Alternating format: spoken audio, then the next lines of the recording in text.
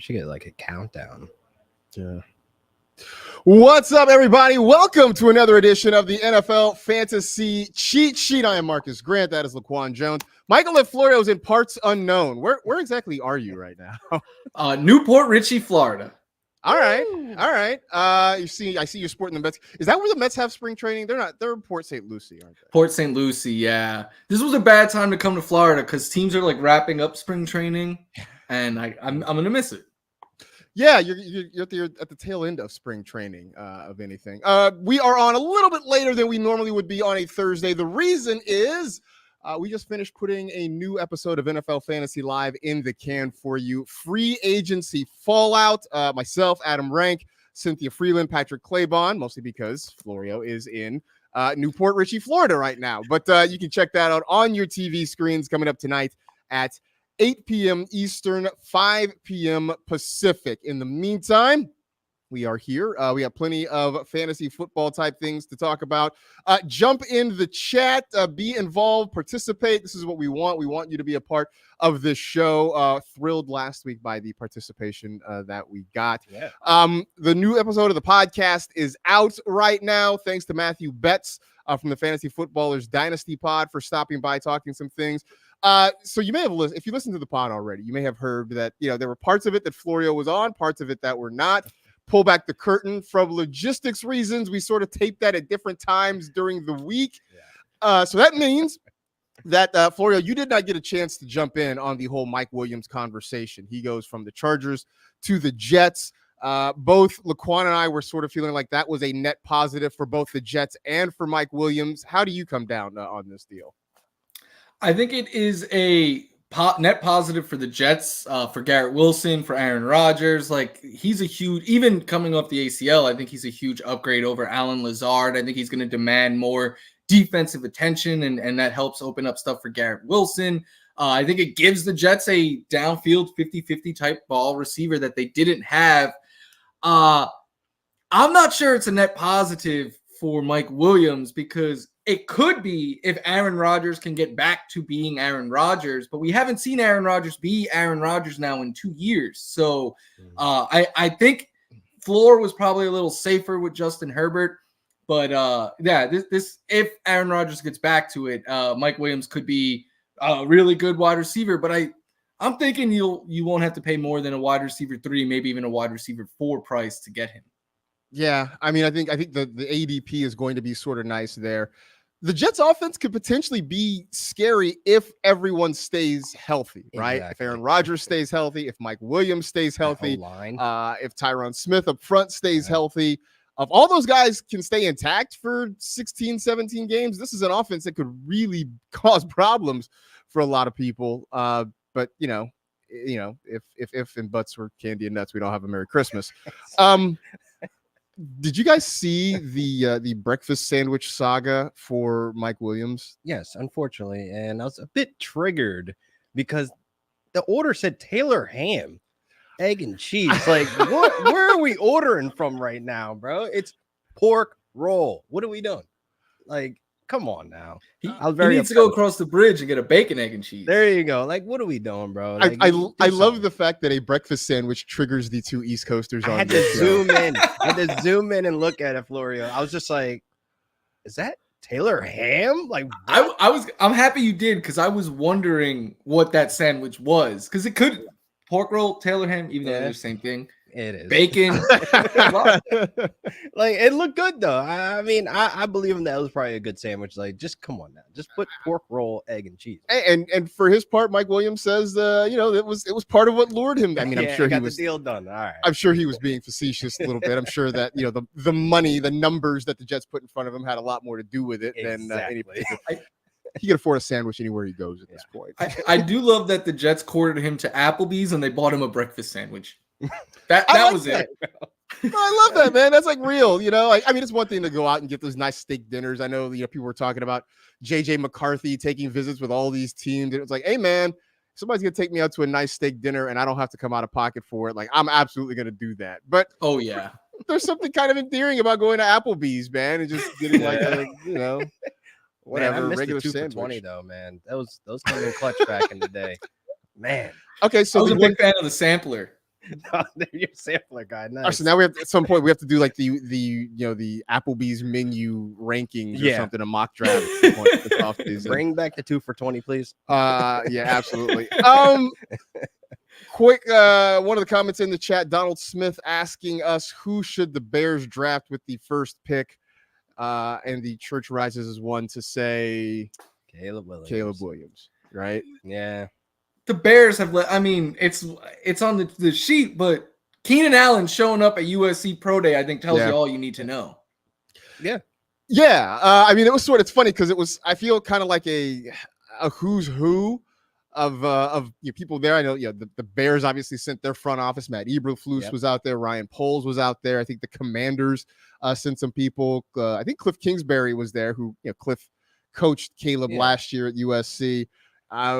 But it would be the upset of all upsets if Caleb Williams does not go number 1. I will be truly shocked. Like, I would just turn the TV off. Like, what am I watching right now? Like, this can't be real. Like, who else could they pick? Do you think Cliff and the Commanders were there just like trashing Caleb to the Bears? Trying to convince them? Their own agenda. Cliff just pointing out all of Caleb's flaws. Like, like, did you see that? You don't want this guy. That's really what he's doing, probably. He squeezes the toothpaste tube from the middle. Like, you don't want this guy on your team.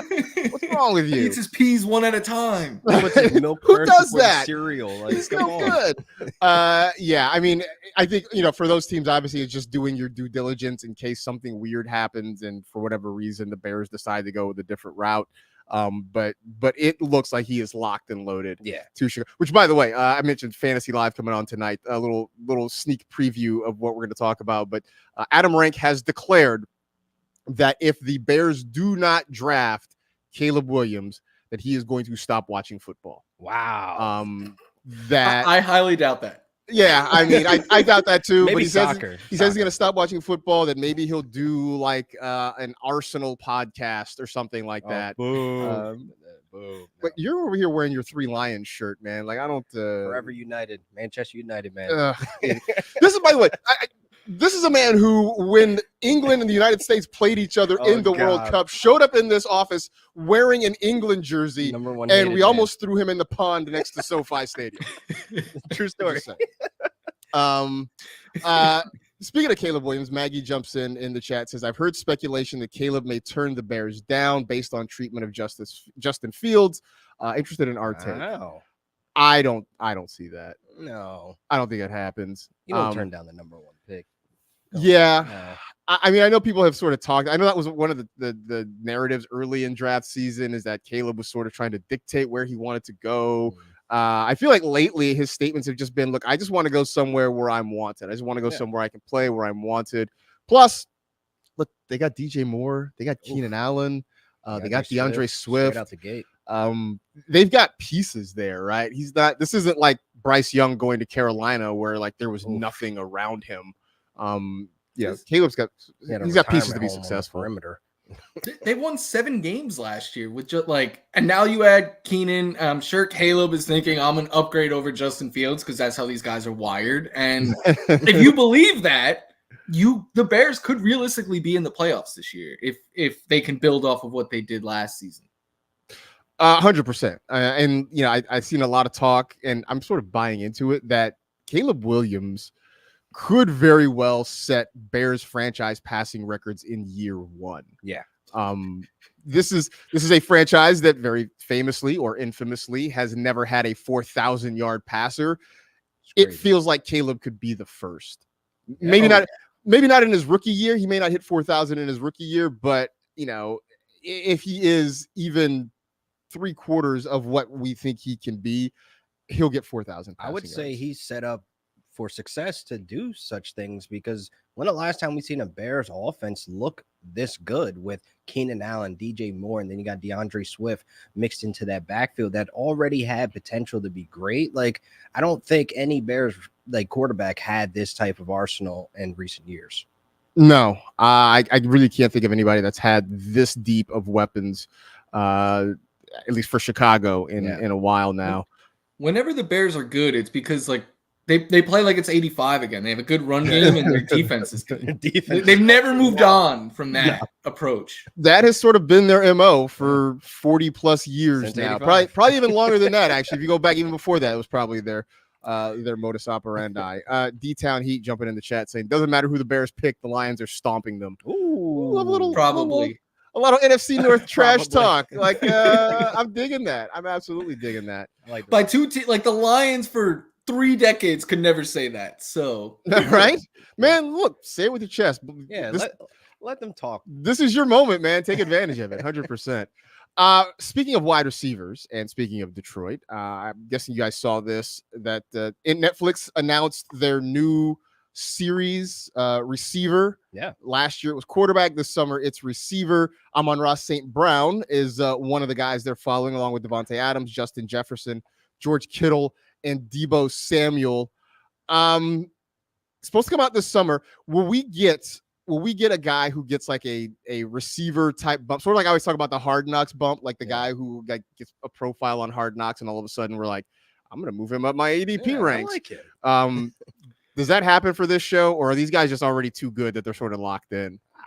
I mean, to me, these guys are elites of the position. I mean, I'm excited to see Amon-Ra, like to get to know him a little bit more better. Like, I know he's a hard worker. I kind of want to get, behind the curtain to see what he does on his day to day. I agree with Laquan. I think these guys are already so established and such big names, and Amon-Ra is the one that caught my attention the most too, because I really hope he goes to bed just reciting all the like Arya Stark. Right? Just like I want the Arya Stark Name it all. moment from him, right? Where he's just running down the list of receivers that were drafted Staring ahead at of the him. ceiling. And he's just like, because at this point he knows them by heart. Like once upon a time he probably had to read them off a list, but like now he knows them all by heart. He probably goes and like stares each one of them down too, like when the Lions play their team. I don't remember Arya's list. I just remember the Hound was always the last. Like the Hound was always the last, and then like her and the Hound ended up being cool. Yeah. so yeah, maybe there's somebody on that list that Amon-Ra will end up being cool with at some point. I'm excited for this. I watch quarterback.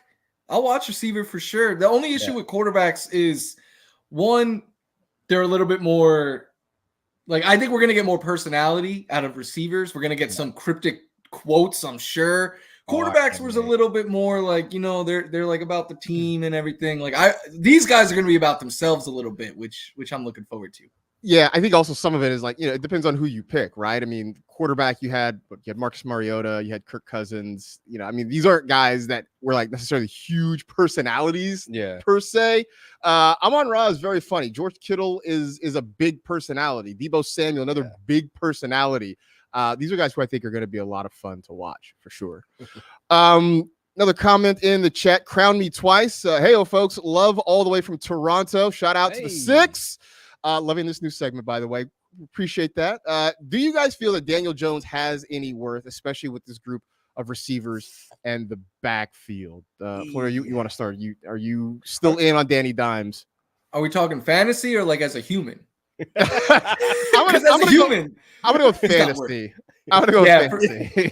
For fantasy, he's not someone I'm super excited about at all. In fact, last year I really liked taking him as a QB2 because of what he can do with his legs, and we saw him finish the year before as a top 10 fantasy quarterback. So I thought that would translate, but coming off of a torn ACL with the neck injury, I'm not sure he's going to run as much as he did 2 years ago. And if he's not running, he's not going to give you much value, especially like you said, with this receivers and this backfield.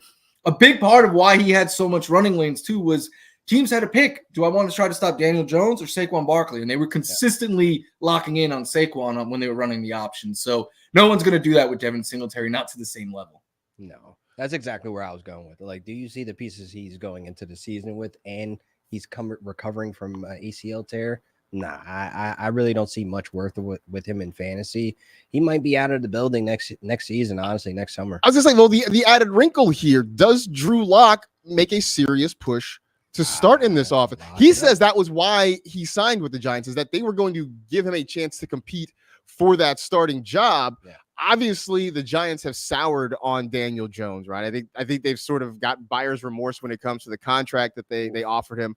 I mean, we talked about this with Justin Fields and Russell Wilson. Is there a chance Drew Lock starts games this year?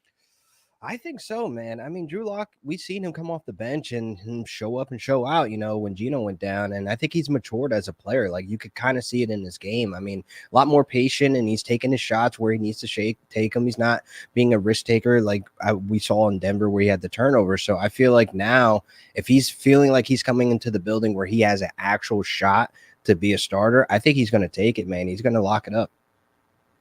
I think he can start easily games for them this year. I would be shocked if he started the season, though, because I think they give Daniel Jones every opportunity because they don't want to. I mean, 1 year into that massive deal, you're going to sit the guy. I don't see that happening. But if he struggles the first half of the year or something like that, I could see them make, because the writing's pretty much on the wall after this year. They're gonna go in another direction. They just rip the Band-Aid off now, man, because he's coming back from injury and doesn't have the right piece. That contract is ugly, but they have a way out, though. You know what I mean? So it's like, just rip the Band-Aid off, man. Blow everything up, start over, get Drew Lock there. He's hungry. He's confident now.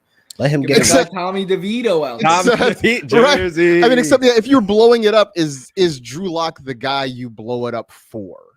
That you'll have to figure out. I mean, that you'll have to figure out. I mean, I don't know. 2 seasons ago, we thought Drew Lock was going to be the starter in Seattle. He gets hurt. Geno Smith shows up and just doesn't let go of the job. I mean, Lock never really made it happen in Denver. He couldn't make it happen in Seattle. He gets a chance to compete here, and I think he will. I just, if you're blowing it up, I don't know that Drew Lock's the guy you blow things up for right now. I hear you, man. He could help their draft stock for the following season. I'm looking at their wide receiver room, and it is not great. Has Darren Waller decided if he's going to play or not? Because every time they ask him, that's another he's not sure. He's, as of this point, he has not officially made a decision on whether or not he's coming back this year. But I'm looking at the wide receiver room, right? I mean, Jalen Hyatt, who, I'm not giving up on him yet, but he didn't really appear. He didn't really make a whole lot of appearances, it felt like, last year. Wan'Dale Robinson, who's kind of flashes, a nice here and there. Piece, sort of. Yeah. I mean, we sort of know what we're getting with Darius Slayton. We kind of know what we're getting at this point with Isaiah McKenzie. It's a team of threes. It's a team of threes. Yeah. I saw someone post the Giants offense and said it's a if we try our hardest, we can win type of offense. I mean, that's not really far from wrong. Is that it's going to take everything going perfectly, I think, on a weekly basis for this team to consistently win games. Obviously they can go out and add some pieces in the draft potentially, but this team's a long way from really truly competing, especially in the same division with the Eagles and the Cowboys. It's just not really going to be there like that for them. Calvin Ridley, I don't know if you guys saw this at his press conference for the Titans, said, quote, "I'm 29 years old on paper, but 25 in real life." I feel that way too. Which I was going to say is maybe like how old do you feel in real life? 25. That's do you really? Age, yeah. Good for you. No, I don't. I'm completely lying. I'm like, you have 2 kids. There's no way you feel 25 in real life. No, I feel 41 right now, to be honest. The back is hurt. I feel in my late 20s. Yeah, look, good for you, man. Good for you. Keep that feeling. I feel like I've regressed a couple of years. Like I feel like I'm probably in my late 30s, early 40s. What's the last you guys time have children? Ran? Yeah, I do have a child. Think about it. What's the last time we ran like full speed? Like, bro, I'm thinking like on purpose. Yeah, like pain. That's what I'm thinking. Like pain. Like how? Yeah, it's been a while since I've actually had to like do any real sprinting or anything like that, and it's certainly been a long time since I've had another human like smash into me in like in an aggressive sort of way. Yeah, it's been a while. But for real, I mean, him saying that he's 25 in real life, does that change either of your opinions on him when it comes to fantasy? It's still wait and see for me. Like, no, like, okay, dude, it's fine. I'm happy he feels good. I think what he's saying is like, I don't have as much wear and tear on my body as a normal 29-year-old wide receiver would have because of the time he missed, which is great. But that mindset doesn't make his offense have a more experienced play caller or quarterback or anything like that. So it doesn't. Good for him. I wish we all had that mindset, but it doesn't change much for me. No. Yeah, no, I'm with you. I mean, I'm more worried about who exactly is Will Levis? Like, what kind of quarterback is he going to be? What is this offense going to look like? And the fact is, he's going to still continue to share opportunities with DeAndre Hopkins, and I expect Nuke's going to be the wide receiver one there with Ridley sort of, I guess, a 1A if you will. But I don't think the 4-year difference in age versus paper in real life makes a big difference for me. We need to track this summer who's eating banana peels with Will Levis of the two of them.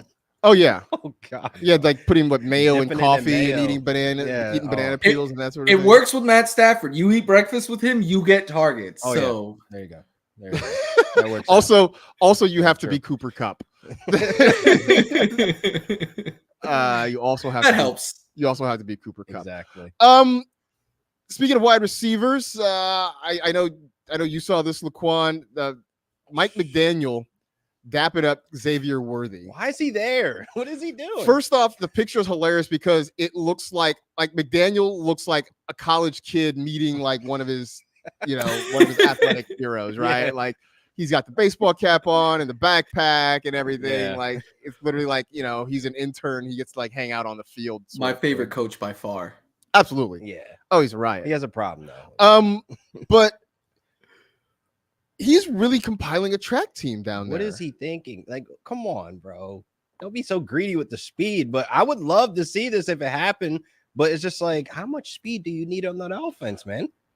But also, can Tua support 3 wide receivers? Really fast wide receivers. 3 really fast wide receivers, right? Like, because Tyreek is going to take so many of the targets. Yep. Jalen Waddle is going to eat up a lot of the targets. I just don't know that there's room for a 3rd receiver in this Miami offense. No, I think they tried it with Cedric Wilson. He's another guy that's fast. For fantasy, Xavier Worthy, I don't think he will be worthy, for a roster spot. But real life football, I think it will be really exciting to see, every couple drives he's making electric plays, a deep threat, and he's getting bubble screens. He's getting lined up out of the backfield. Like, I can see this being amazing for real life football. But for fantasy, I don't see it being like relevant. Yeah. Shout out to the folks at the Headliners Barbershop who were checking in. We know you guys gave us some love last week, so we appreciate you for giving us love for the show here and for keeping OQ's hairline crisp. There you go. Also, major job. Also appreciate you for that. I got a couple more minutes here before we get out of here. Of course, you're going to drop your questions in the chat. You can always hit us up, of course, on social media too, however you want to find us there. Jim Harbaugh had a garage sale. I don't know if you guys saw this. Oh, he's clearing house. He's clearing house, right? Again. Because he's moving from Michigan to Los Angeles to take over as the head coach of the Chargers. Somebody you tweeted that they wonder if he had just like racks of khakis for sale. No, those are staying. The khakis got packed and they're getting shipped out to LA. Like, you can get anything else probably you want there. It did sort of make me wonder, like, is there a coach whose garage sale you would absolutely want to go to? Because for me, it was Kyle Shanahan. Because I'm wondering, like, he wouldn't put the Jordans up, right? Like, he wouldn't put the Jordans out of the garage sale, would he? No, he would probably keep the Jordans. Probably not. I would go to that for that reason alone. Just to see, though, right? Yeah. I also just looked up. Jim is making $16 million a year. You can afford to take all of your stuff with you. I don't think it's a question of cost. I think it's just a question of like logistics and hassle. Like, moving sucks. No, like, even if you're Jim Harbaugh, for real. Just like, you know what? We don't want to pack all this stuff. Let's just see if we can sell it. In the picture on the tweet, there is a Michigan football shirt. I wonder, like, if he wore it, because that would be a hot ticket item in Michigan, I'm guessing. I'm sure it would. Around Ann Arbor, I'm sure a game-worn Jim Harbaugh T-shirt or whatever would do numbers for sure. There's a bunch of snow globes, though. Like, they really were just getting rid of stuff. Well, also, you figure in his life and career, Jim Harbaugh has moved around a lot, so I'm sure he's collected snow globes from a ton. I'm looking at a sewing machine. Like, that looks like it's in good condition. Dude, that takes me back to like 7th grade home ec when I tried to make a pair of sweatpants and they were terrible. I got a C on them. It was awful. He probably should get rid of all of his winter clothing. He's not going to need it anymore. Not really. Well, I was gonna say when they make a playoff run, Okay. and maybe have to go on the road. So in 2 years, he might need it. There you go. So he's gonna need it then. That's a good place for us to stop. Before we get out of here, I want to give a shout out for those of you who have listened to the NFL Fantasy Pod for years. You may remember our friend and colleague Alex Gelhar. I want to give a shout out to he and his wife who just had their first child earlier in the week. So welcome to the world, Landon, Felix. Mom and baby are all doing well. So shout out to Alex Gelhar, our longtime friend and collaborator. We appreciate you. We love you. Best of luck. Welcome to Team No Sleep, homie. Because that is going to be your life. That is now. real. In the meantime, man, we appreciate. Excuse me, I'm getting all choked up. Talking about it. The podcast is out. Be sure to go check that out. The link is in the chat right there. Excuse me, or you can check our Twitter accounts as well. But we appreciate you as always for jumping in here. Back with you again next week, hopefully at a more regular time. In the meantime, check out NFL Fantasy Live tonight at 8 p.m. Eastern on NFL Network. For Florio, for Laquan, I'm Marcus. Shout out to Kyrie Douglas for helping us put this thing together as well. And that's it. We'll see you next week, everybody.